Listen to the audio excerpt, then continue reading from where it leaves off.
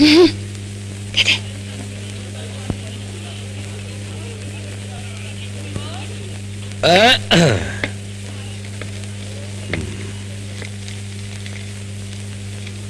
मोर सपना के राजकुमार।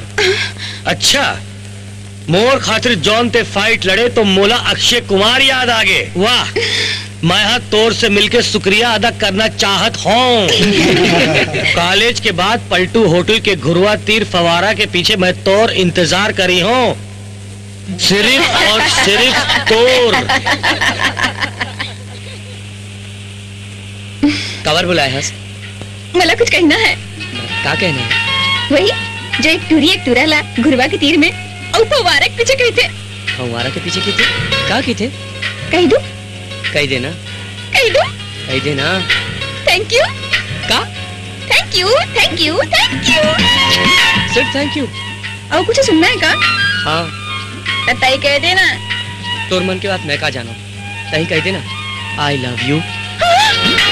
तो मैं हाँ समझो? नहीं नहीं, हाँ कब बोले हैं? तो मैं ना समझो? ना भी कब बोले हैं जी? मैं तो तोला चाहता हूँ, ते मोला नहीं चाहता तो मैं चाहता हूँ। सुनता? क्या? हाँ हाँ हाँ। मर्डर से